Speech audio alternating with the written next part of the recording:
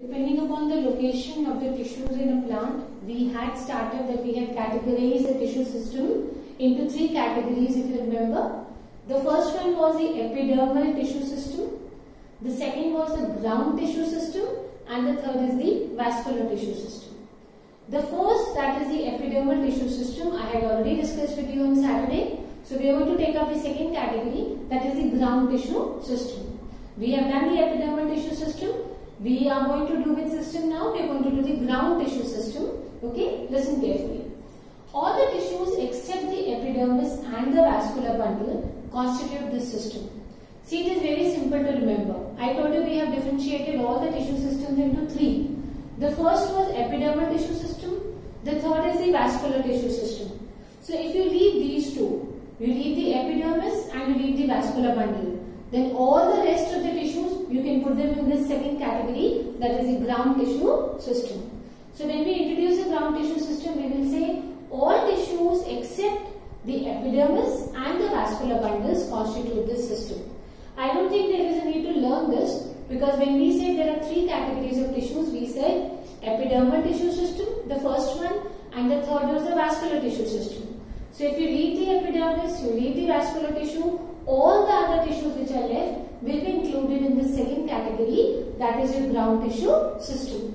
So ground tissue system are all tissues except what? Except the epidermis and the vascular bundles. This forms the bulk of the body of a plant. Obviously, beta, if you just exclude the epidermis and the vascular bundles, then all the rest of the tissues are included in this system, that is the ground tissue system. So obviously the bulk of the body, the majority of the body, the main mass of the body is because of a plant, is because of its system. It is because of the ground tissue system. This ground tissue system consists of simple permanent tissues. Okay? Which tissues it consists of? Simple permanent tissue. Let us come to the components of this ground tissue system. If you leave the epidermis, you leave the vascular bundles and all the other parts, that is hypodermis, cortex, endodermis, pericycle, pith, medullary rays. Listen again. Hypodermis, second is the cortex, third is endodermis, fourth is pericycle, fifth is your pith, and sixth is the medullary rays. That means we have six main components of the ground tissue system. Let us talk about the first main component of the ground tissue system, that is hypodermis. Region just below the epidermis. If you draw, then the region just below the epidermis is what we call as the hypodermis. It may be one layered or it may be two layered. Okay. Sometimes these layers are continuous. At times these layers may also be discontinuous.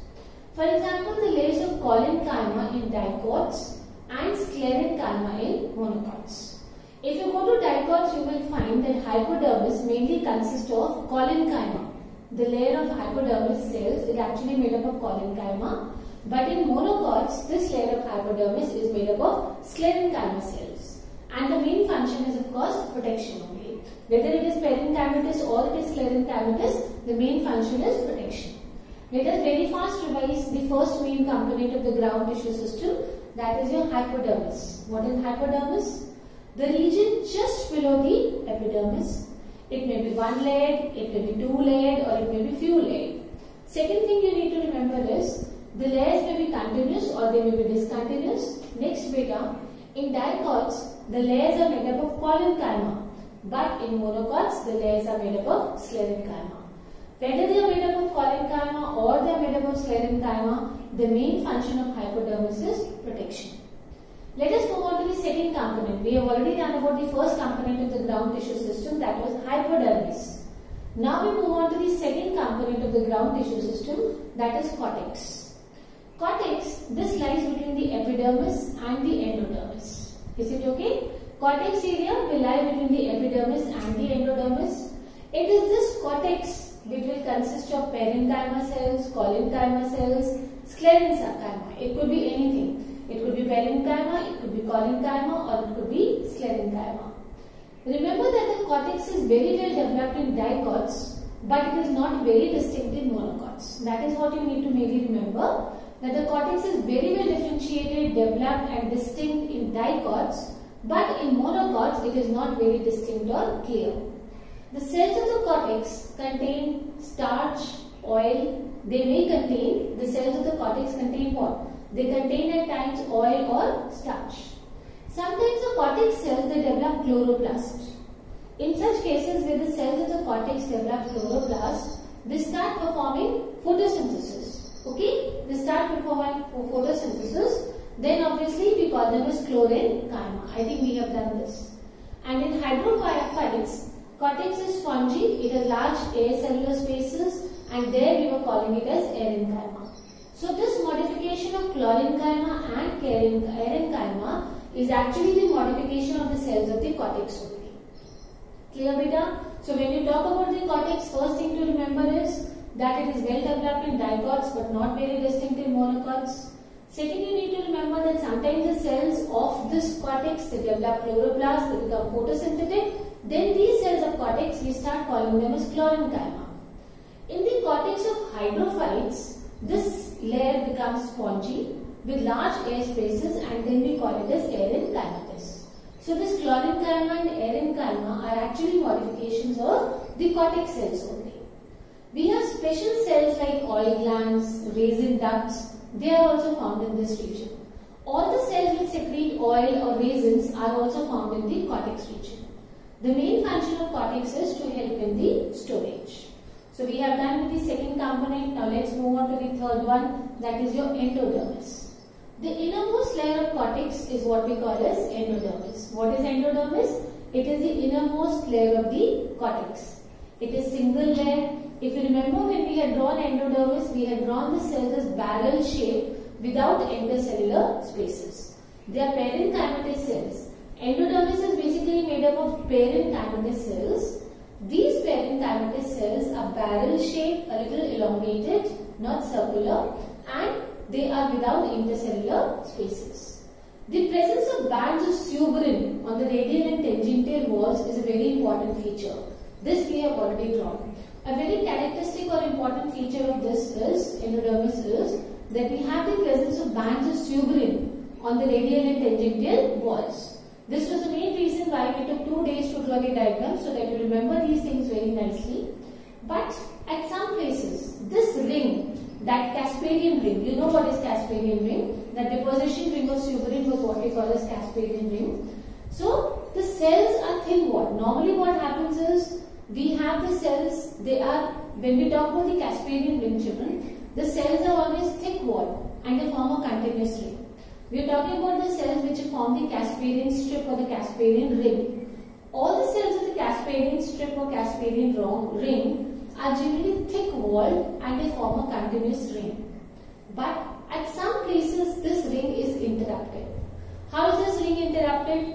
I told you most of the cells are thick walled. But there are certain cells which are thin walled, which are just present opposite to the protoxylem. We know there is a ring which is called as the Casparian ring. It is because of the deposition of suberin. Because of the deposition of suberin, these cells of the Casparian strip, they become very thick walled, and they form a continuous ring or a continuous layer. But this Casparian ring at some places is interrupted by little different kind of cells. How are these cells different, beta? These cells are thin walled. Okay? These cells are thin walled, and where will you find these cells in the Casparian ring? You will find them just opposite to the protoxylem area. A well-developed endodermis is present in all the roots. See, you will always find endodermis in all roots. You will find endodermis in stems of woody dicot plants, and you will also find endodermis in gymnosperms. These three categories you will always find endodermis. First is all the roots. Second, stems of the woody dicot plants, and third is the gymnosperms. What is the function of endodermis? It controls the movement of water and air between the cortex and the xylem. Whatever movement of air and water takes place between the cortex and the xylem, it takes place with the help of whom? With the help of endodermis. Let's move on to the next component, that is pericycle. Again, beta, here also pericycle may be single layered or it may be many layered. Where is pericycle present? We need to know this. Pericycle is present between the endodermis and the vascular tissue. Where is pericycle present? Between the endodermis and the vascular tissue. In roots, the pericycle is made up of parenchyma cells. If we talk about the pericycle of roots, then remember that the pericycle in roots is made up of parenchyma. The growth of the lateral roots which you have during the secondary growth, in secondary growth we have lateral roots. Those growth or development of lateral growths during this takes place because of these. Because of what? Because of the pericycle. However, this pericycle is absent in the roots and stems of some aquatic plants. In some aquatic plants, roots and stems, you will not find pericycle.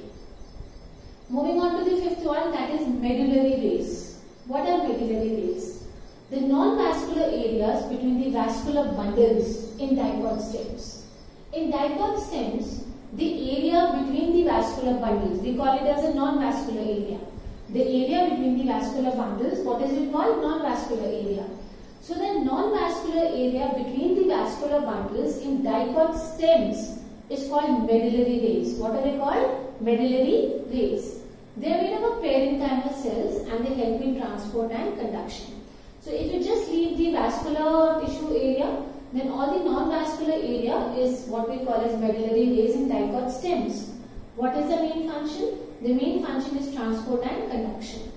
Let's move on to the last part, that is pith. The central portion of the root and the stem is called pith. What is pith? The central portion of the root and the stem. What is it called? It is called as the pith. Now this pith consists of parenchyma, sclerenchyma cells, and two more words I am introducing over here. First is laticifers. Laticifers, laticifers, and the second is the medullary vascular bundles. So pith contains four things: parenchyma cells, that you know, sclerenchyma cells, that you know. Two more things I told you which pith contains. First is laticifers and second is medullary vascular bundles. I'll tell you about laticifers and medullary vascular bundles. Laticifers, Laticifers.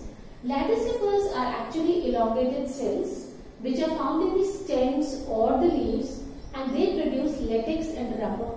So those elongated cells which may be found either in the stems or in the leaves, here we are finding it in the central portion of the stem, that is what we are calling as pith, and they produce latex and rubber.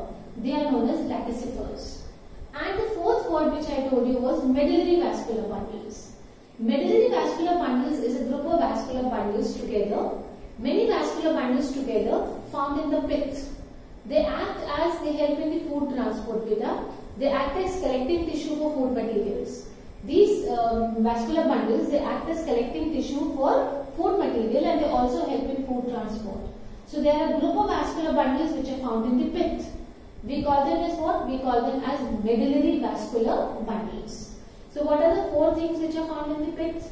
Parenchyma cells, sclerenchyma cells, laticifers, elongated cells which produce latex and rubber, and medullary vascular bundles, which I told you are a group of vascular bundles which are present in the pith and are involved in collection and transport of the food. The main function of pith is storage of water and food. What is the main function of pith? It is the storage of water and food.